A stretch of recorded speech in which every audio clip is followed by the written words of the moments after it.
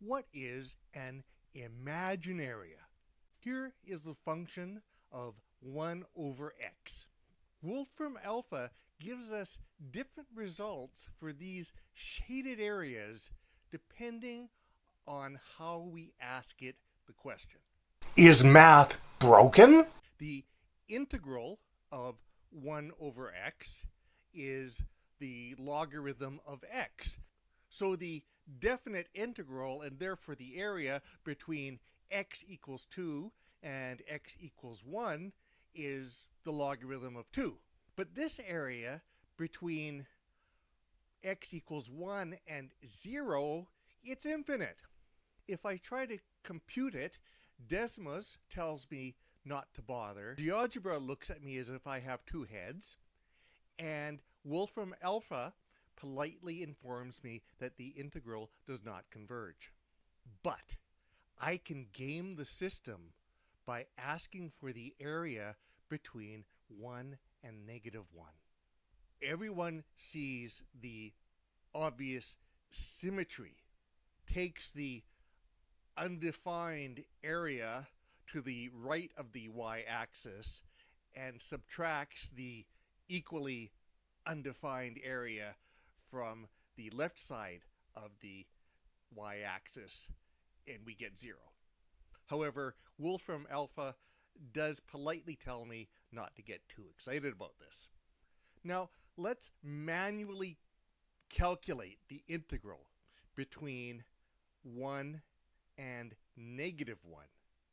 And if we work that out, the calculus tells us that it's the negative logarithm of -1, whatever that means. We know from Euler's beautiful identity that e to the power of I times pi is -1. So therefore, the logarithm of -1 must be I times pi. This is the negative of that, so this whole area must be negative I times pi. So what does that make each of these individual infinite areas?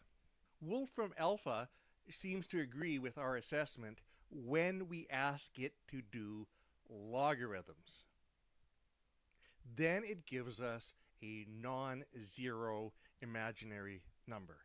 But if we ask Wolfram Alpha to do the whole integral, we get 0. So what's happening?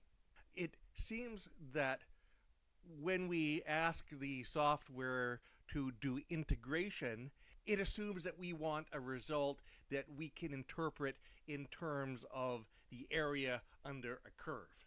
But when we ask it to do just logarithms, then it assumes that we're doing complex analysis, and it gives us the appropriate imaginary number.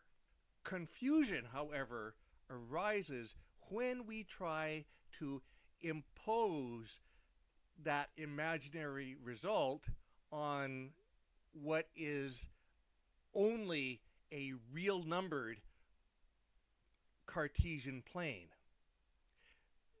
It's no different than saying that the roots of this quadratic function are where the parabola crosses the x-axis, and then asking where does it cross the x-axis for this quadratic function with complex roots. We can't add apples and oranges, but that doesn't mean that arithmetic is broken.